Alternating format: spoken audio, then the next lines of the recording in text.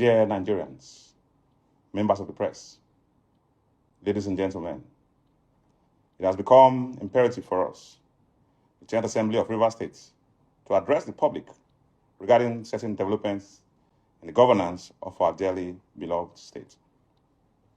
Recall that after the Supreme Court's judgment on the budget of our state, it became absolutely necessary for the Governor of Rivers State, His Excellency, Sir Fubara, to present the appropriation bill to the legislature for consideration and passage.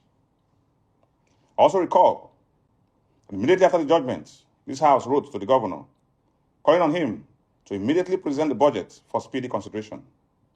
It was our hope that by the 15th of March 2025, we would have concluded the process of passing the appropriation bill into law, so as to give us enough time to approach the federal government to release funds meant for our states, which have been seized by the judgments of the Supreme Court.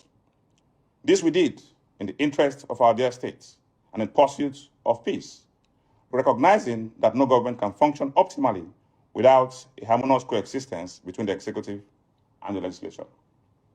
This letter was rejected, and the staff of the House of Assembly who attempted to deliver the mails were brutalized at the gates of the government house and sent back.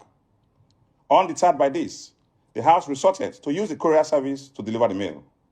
The governor did not heed to our call, nor did he demonstrate any intention to. Ladies and gentlemen, recall again that the judgment of the Supreme Court invalidated the appointments of most of the commissioners in the states. To bridge this gap and to avoid a vacuum, the House immediately wrote to the governor to submit the list of commissioners for immediate screening. Our letter was again rejected at the government house, and we once again resorted to deliver the mail through a courier service. Rather than heed our call, the governor instructed them to go to court against us, which they have now done. The governor went further to instruct all ministries, agencies, and departments of government not to receive any correspondence from the Rivers State House of Assembly, nor communicate with us in any manner. Last week, we were told that on his way to Ogoni for a program, the governor made a stopover at the gate of the House of Assembly quarters to grant an interview to the press.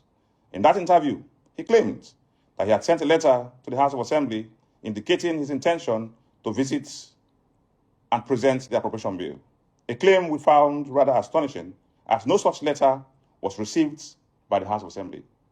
His aides later alleged that they forwarded a letter through WhatsApp to some members of the House, which was also awkward, unprofessional, and embarrassing. As I speak, the social media space is awash with stories about a purported letter from the governor to the House of Assembly expressing his intention to visit the House to present the appropriation bill for the year 2025.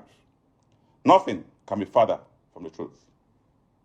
We wish to state categorically that there is no such letter before the House of Assembly, nor any of its staff. We challenge the governor and his aides to produce an acknowledgement copy of such a letter, or any evidence that such a letter was sent or received by the House of Assembly. It is absolutely untrue and unfortunate. The general public must, as a matter of importance, ignore such a claim. It is now very obvious that if at all there was such a letter, the intended recipient was not the legislature, not the House of Assembly, but the public. And the clear intention was to play to the gallery, whip up public sentiments, demonize the House of Assembly, and set the public against us. This is demeaning, denigrating, and perilously unfortunate. The governor's actions demonstrate a lack of sincerity in resolving this impasse. The governor continues to try to bully and blackmail the legislature into submission. The governor must be reminded that the House of Assembly is not an appendage of the executive, and its members are not his slaves, bond servants, or serfs. We are an independent arm of government in line with the principles of horizontal separation of powers as expressed in the Constitution, Section 4, Section 5, and Section 6. It is in responding to this attitude that the Supreme Court, in its judgment, said, and I quote, "A government cannot be said to exist without one of the three arms that make up the government of the state under the 1999 Constitution. In this case, the executive arm of government has chosen to collapse the legislature to enable him govern without the legislature as a despot. As it is, there is no government in Rivers State." That was the exact words of the Supreme Court. We had hoped that such strong words from the Supreme Court will help purge the governor of such despotic ways.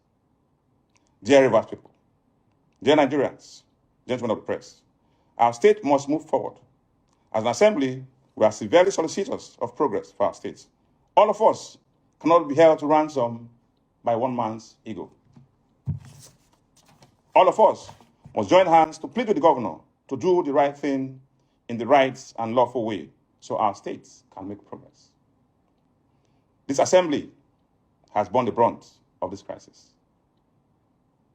We have endured immense hardship. We have been battered almost beyond our carrying capacity. We have been punished unduly and unfairly for trying to perform our constitutional duties. Our governor must not extend this punishment to Rivers people. No. Please, no.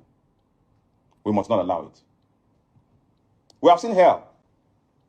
Our hallowed chamber was burnt down by the governor.